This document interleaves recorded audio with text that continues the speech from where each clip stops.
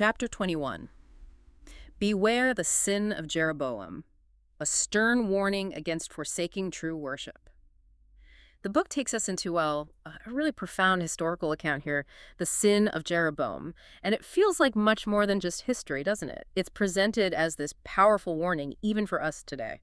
It really is.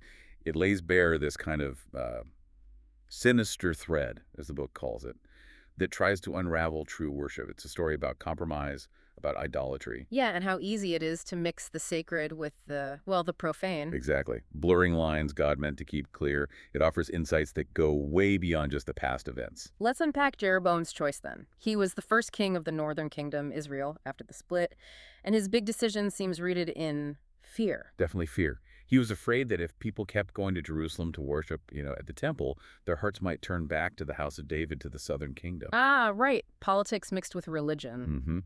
Instead of trusting God's plan, he basically created a counterfeit system of worship. And that flew directly in the face of God's commands, didn't it? Absolutely.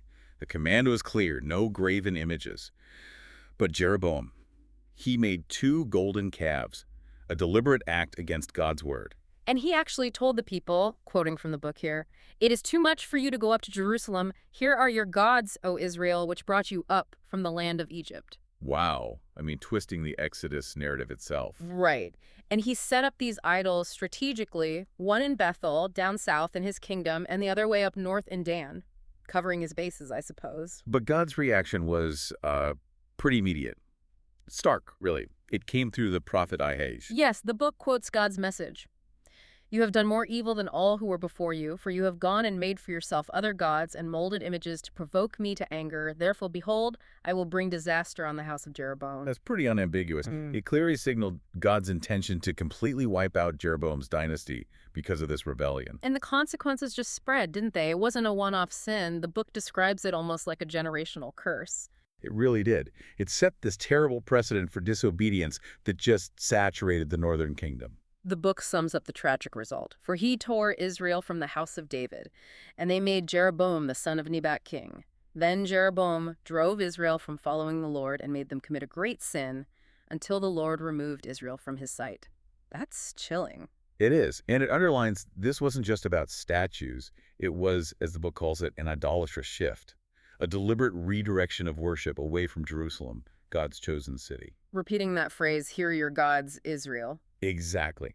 And he didn't stop there. He corrupted the whole system, appointing priests who weren't Levites totally unauthorized and setting up shrines on high places, just distorting everything. And this pattern, the sin of Jeroboam, it just kept going. King after King Baasha, Omri, Jehoahaz, Pekahiah, the book mentions, they all followed suit. Perpetuating the wickedness. And ultimately, it led to the downfall of their own dynasties and eventually the whole kingdom. Which brings us to that connection the book makes, linking this historical warning to today.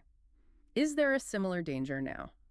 I think the book argues very strongly that there is a similar, perhaps more subtle phenomenon that threatens the purity of worship by mixing true and false elements. How so? What does that look like today? Well, think about the allure of popularity, of self-exaltation. It might not be golden calves, but maybe, we subtly start worshiping success or influence. Or even people, celebrities, leaders. Precisely. The book mentions this tendency to worship people, maybe famous figures on TV or online, essentially making them idols. It's a modern form of that same diversion from worshiping God, who is spirit and in truth. So the core warning remains. Compromise, even if it seems practical or popular, leads towards spiritual ruin. Yes. That call to be a holy, separated people, guarding against these enticements, it's timeless. The present-day battle, then, is about discernment. Exactly. Discerning the sacred from the profane, the holy from the unholy, recognizing false worship, false prophets, even when they look appealing. It really comes back to that foundational command, doesn't it? Quoted right from Exodus chapter 20, verse 3. "You shall have no other gods before me." It does. And Marcia Bothma's quote in the book sums it up beautifully. "Consecrate yourself and fight your flesh. Worship our holy God and honor him with all of your mind and all of your heart." A powerful call to examine our own hearts. We really want to leave you with this thought. What in your own life might be subtly diverting your focus, pulling you away, even slightly, from what is truly sacred? Something to reflect on.